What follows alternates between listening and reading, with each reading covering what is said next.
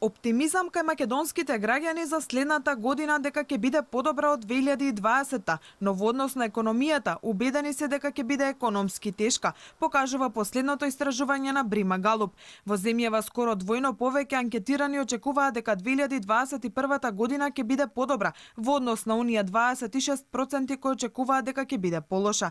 22% сметаат дека ќе биде иста и 3% не знаат. Индексот на надеж кај нас е над светскиот просек и изнесува 24%. За разлика од надежта, кога е во прашање среќата на македонските граѓани, таа е многу ниска во споредба со останатите земји.